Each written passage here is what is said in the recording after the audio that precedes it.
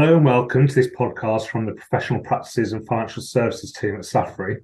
My name is Jamie Lane. I'm a partner and head of the group based in our Bournemouth office. Today, I'm joined by Charlie Fletcher, a partner at law firm Mishcon de Reya.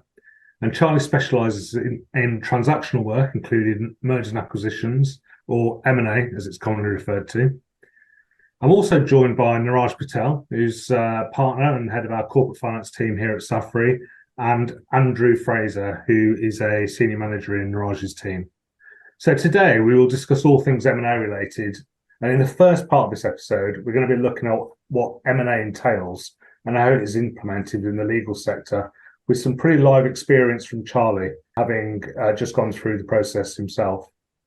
This was as a result of Taylor Vinters merging with Mishcon de Reya back in January 2023.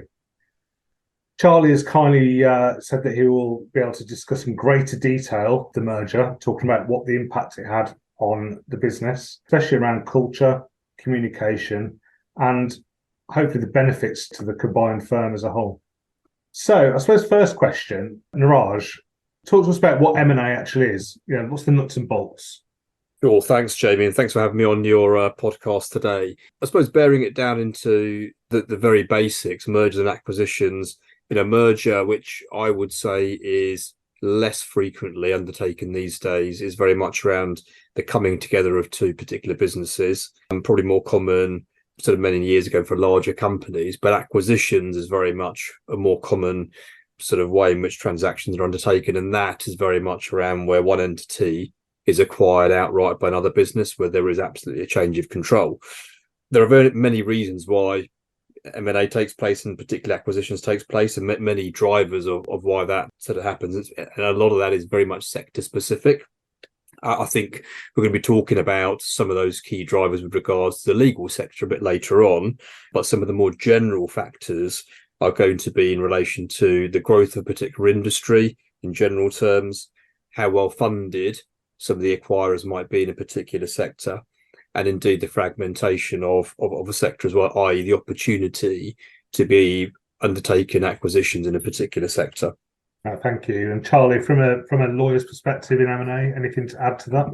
Well, thank you for having me on the show, first and foremost, Jamie. So I've been lucky enough to sit on both sides of the fence, worked as an advisor to legal and advisory companies that are being sold or being bought.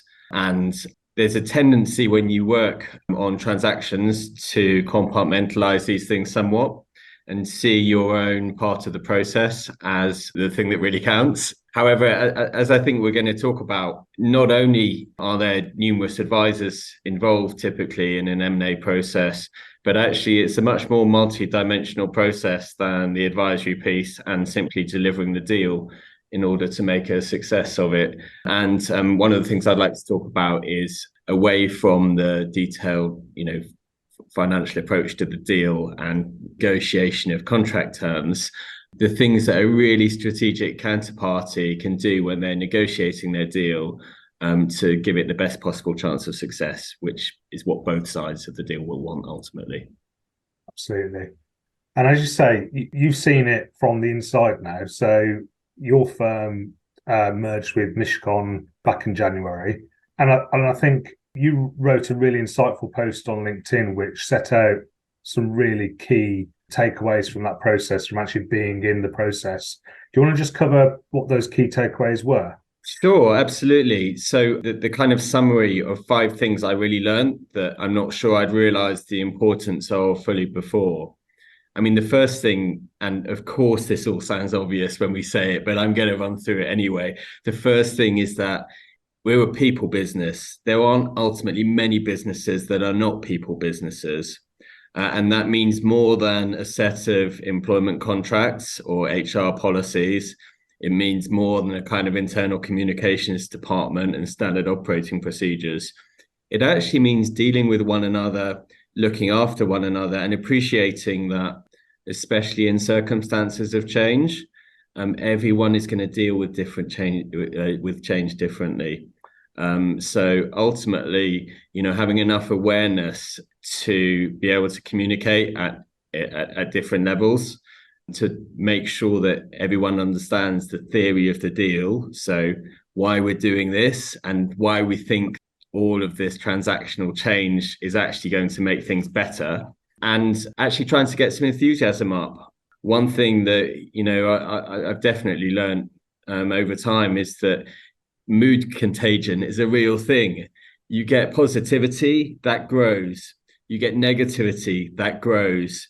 If someone's got the wrong idea about what you're up to, you need to address that, or you can get a whole onward knock-on effect. So you've really got to be on top of what people are thinking. You've got to be communicating all the time. You've got to be kind of close to your colleagues, folks on the other side of your deal, and also to your clients. Because I guess the second thing that again sounds obvious, but I'll say it again, is that you can't be too inward facing. You've still got a business to run. And when you're dealing with your own change in terms of how you're set up, your clients and the folks that you deal with, whether they be other advisors or referrers or folks in your network, they want to understand what you're up to as well.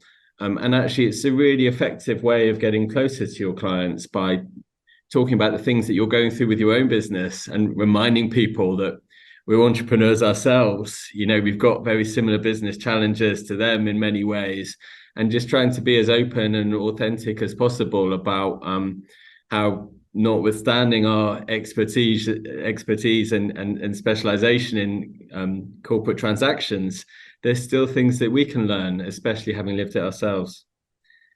A couple of other points that came from it. One is that great relationships take time.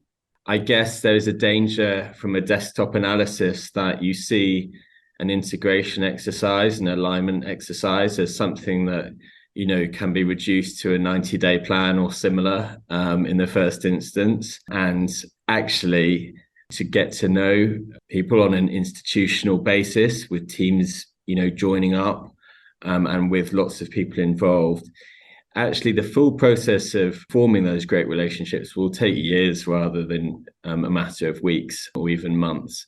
And that's not to say there's anything wrong with the relationships we've got or the start made. It's just that it's a long-term project. And again, that's something that really came home to me in the course of our exercise.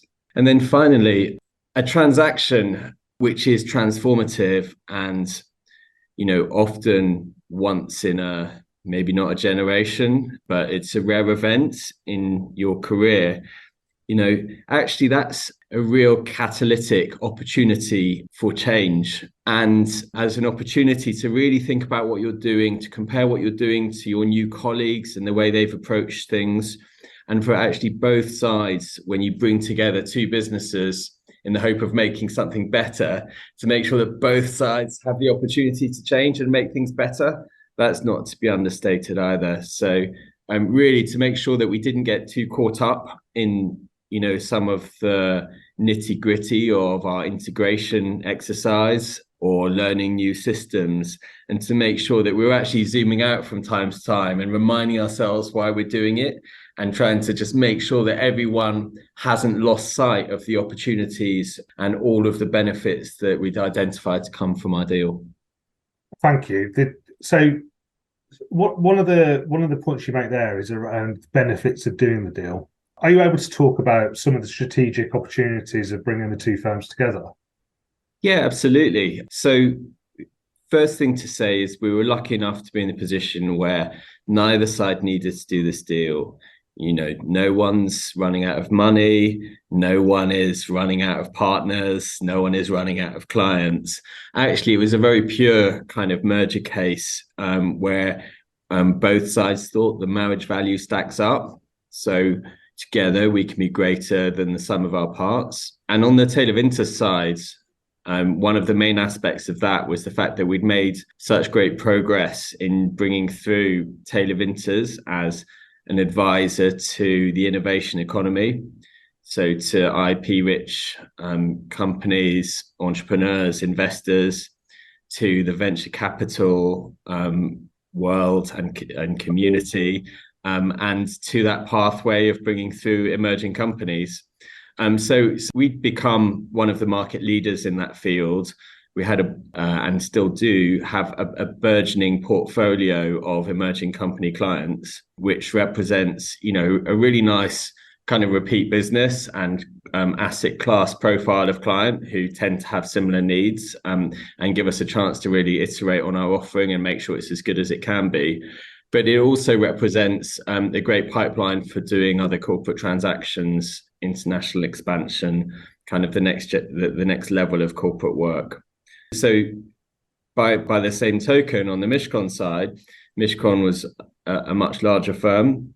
There was more scope for Mishcon to invest in systems, international offering, aligned non-legal consultancy and advisory businesses. And these are all of great interest to our clients, especially at a time when there's a lot of disruption going on in the legal world. The feeling was that, we would simply have a better platform, a broader range of services on offer, and more strength and depth. And this has proven to be the case. We've certainly had to, go do some work to get through the deal process. But we have found that all of the reasons we were trying to do the deal have proven to be actually very valid. And we're really starting to see, some of the improvements in our offering and for our clients and for our people coming through, albeit that, as I say, we actually think that this will come through most clearly, not over weeks or months, but over years to come. Okay, thank you. And, you are two competitor firms before this marriage, as you put it. How do you get, you've got a partner groups on each side. Partner groups can be difficult to get facing all the same direction. What did you do leading up to the transaction to get partners comfortable with partners on the opposing side? Was there a process that, if you're a managing partner thinking about this, what would you recommend? Yeah, so this is one of the distinct things about professional partnerships. An economist will tell you, the theory of the firm dictates that the reason that, partners in a firm group together is to eliminate, the transaction costs of otherwise trading amongst themselves, to buy in things that they wouldn't otherwise have.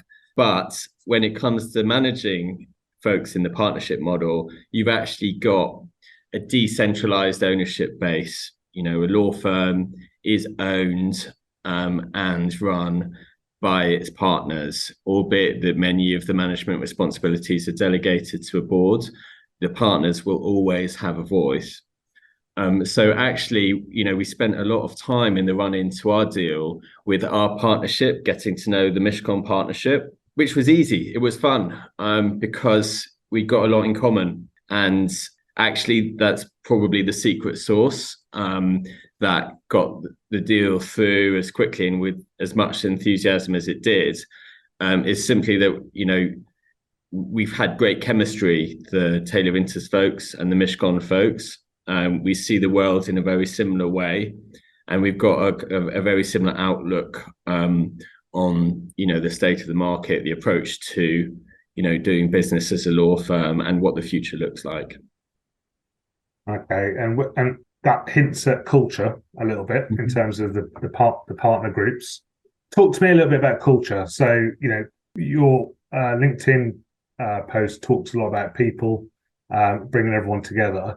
Tell me a little bit about how the cultures at the two firms, and also the work that you were doing on culture to make sure that you're happy that they could come together. Yeah, well, a few things on that. The first thing is that I think we actually had a really distinctive level of autonomy on the Taylor Winters side, which meant that, various teams we'd had grown their own way of doing things that worked for them. And that was one of our real strengths and one of the reasons that Taylor Winters had grown as it had and had the success it had in the innovation economy. No one wanted to change that. Everyone recognized that that was a really strong aspect of the Taylor Winters business. No one in Mishcon wanted to disrupt the things that we were doing that worked well. So I think that's the first thing. There was no change by necessity. Actually, you've got to be iterative in coming together as part of a merger. I think the other thing is, culture is what you do. If you're going to bring together two teams and have different shared systems, different reporting lines, actually work with different people, you are going to do things slightly differently. I think the trick really is to retain as much of the tone as possible of what has worked well, and to keep communicating as well about how we're still us, we're still having our one-to-one discussions or our team discussions in the same kind of way. It's just that don't confuse the fact that we might be using a different messaging app, or we might be using a different financial reporting system, with the idea that something has changed in terms of what we do. We're still rocking it in our own unique way. Actually, as part of the mergers, some of the details have changed and some of the systems have changed. We're still the same folks at the core with the same values. So you talked about integration earlier, and one of the things that I think in the M&A world everyone's used to is things like 100-day plans, and once you've signed the deal, the work starts there. Tell me a little bit about how a firm would go about creating a sort of integration plan, and I suppose, when does it start and when does it stop? Well, one of the things I do know is that just occasionally, we found ourselves in the advisory world picking up the pieces from deals that have gone wrong. Actually, that's normally because not enough focus has been placed on the integration beforehand. And actually, we spent a lot of time, before our deal was signed, having a really close look at what the tessellation would be between the Taylor Vinters business and the Mishcon business. And, that doesn't mean we got everything right. Actually, the other thing about, doing a deal in a regulated environment is that it's very hard to have a, totally detail-orientated open conversation when you can't compare client lists for client confidentiality reasons or, protection of data. So there was a renewed effort once we actually had consummated our merger to actually really accelerate the integration discussions and process to the next level of detail. But actually, the moment you start talking about a merger, you've got to figure out what the fit is going to be, what the pressure points are going to be. You've got to actually have, an integration project, with someone who owns that project and someone who's pushing it forward, which is, project managed, with real rigor, a Gantt chart, to make sure that, not only are things like, financial systems all set to integrate, but also, in the legal world, there's a big emphasis on know-how. Are we all using the same training materials, precedent documentation? Are we using the same house style? Are we using the same time recording policy? So it's not a small task. But as I say, a strong weighting had been put on the importance of doing that from the start. And while just because, there were so many granular things to get right and to tessellate, it seemed at times like it was like a really tough challenge. Actually, it seemed like a tough challenge because we were doing it properly. And I think, where we did well was to make sure we kept communicating throughout that and be very, very upfront and open with all of the stakeholders about the challenges of integration and the importance of getting it right. And as part of that integration, did you do quite a lot of work about the management of the new firm? So I assume each firm had its own management board and sort of governance structure. And I can just imagine pre-merger, there must be so many conversations about who's going to be the managing partner, who's going to sit on that board. Well, that was a little easier in some ways because, we were a junior partner in the merger discussions. It didn't seem like it, frankly, because we were dealt with in a kind of marriage of equals.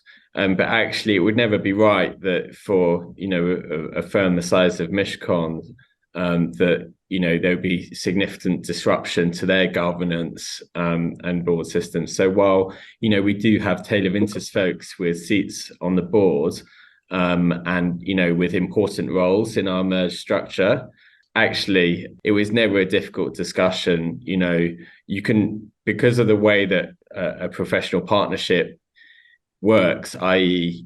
work and a stable of clients and a stable of business cluster around typically partners who own it, you can kind of see where the heat map is of where folks should have influence, decision-making ability, etc. And that's, very broadly been reflected in the way things have come together. Brilliant. And you talk about not facing inwards too much, and I think it's a really good point in through all of those discussions, there probably is a temptation to be focused so much on what you're doing as a combined firm. Talk to me a little bit about where the clients fit in and the work you did on the client side. Yeah. So the first thing we tried to do with the clients was talk to them about what we're up to as much as possible. And part of that is to explain the reasons for the merger, because genuinely it was, for the best interests of our clients and our people. It's as simple as that. So we had to really communicate the additional value that was going to be available to them.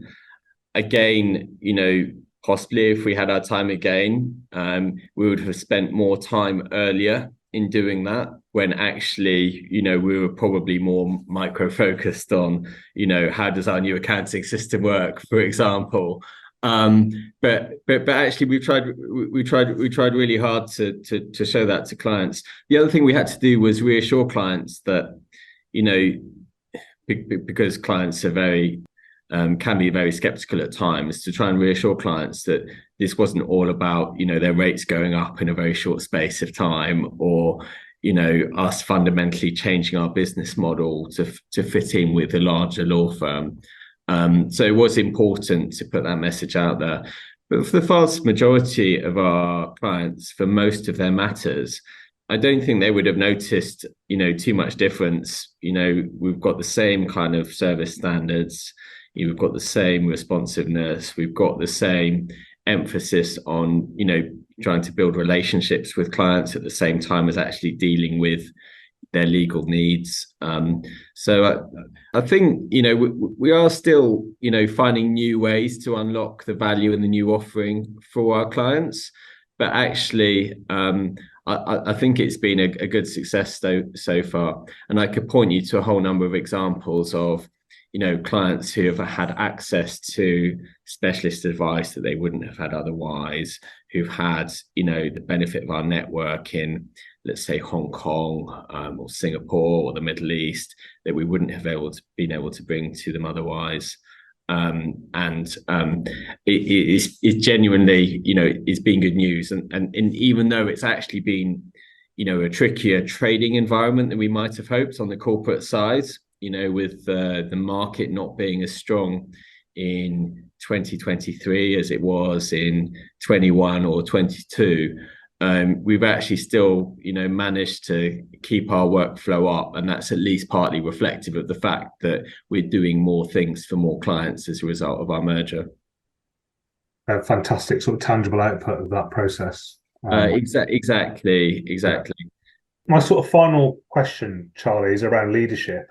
We talked earlier about trying to get, all the partners sort of facing the same direction, as it were, and be able to lead them forwards. What advice would you give to a managing partner looking to do this type of transaction, in terms of what sort of leadership qualities should they be able to display to be able to make it as successful as possible? I do think, first of all, the theory of the deal. Why is this happening? You've got to put it down early and strongly and in one place. And there's no harm at all in repeating those messages, when someone's being asked, to deal with, some administration around the integration. Repeat, why are we doing this? Here's why we're doing it. When clients are saying, oh, you've had to reopen our files to us, and we've had to click through a bunch of things, which has been kind of inconvenience for us. We say, well, yes, but here's why we've done this deal, and this is just one of the byproducts of having to do it. So I think that leadership through the strong messaging of why, and the reassurance of listening in the course of that messaging is a really strong combination. And actually, our Taylor Vinters board, Ed Turner, Matt Mayer, Matthew Tilley, they were pretty much on this full time in terms of making sure that everyone understood what we were doing, what the structure was, allaying concerns, making sure that the mood contagion is the most positive possible mood contagion. So I think they really served us well, and they really stepped up to the plate on that. For that reason, if I had a single piece of advice to offer to a managing partner that was thinking about doing this, I would say, give one of those guys a call, have a chat. We're all sharers, we're all open. Even if by some stretch we're somehow competitive, we'd always have a conversation about these things, and we'll always give a very honest and authentic view of what it looks like for us, and what it might look like for you. Because even though there is a good way of doing these things, it's still a really big event for everyone. And the other thing about lawyers is that, we spend most of our careers, delivering legal advice and legal service. There aren't many lawyers in management positions or otherwise who have done multiple bits of law firm M&A. So actually being able to share that is really valuable. And actually, in that sense, lucky enough, this was the first piece of law firm M&A that I'd lived through myself as a stakeholder on the inside. But I do have various partners who'd been through other law firm mergers, and it was actually really important for all of us to bring to bear their experiences, and what had gone well and maybe what hadn't gone quite so well in planning and implementing our own process.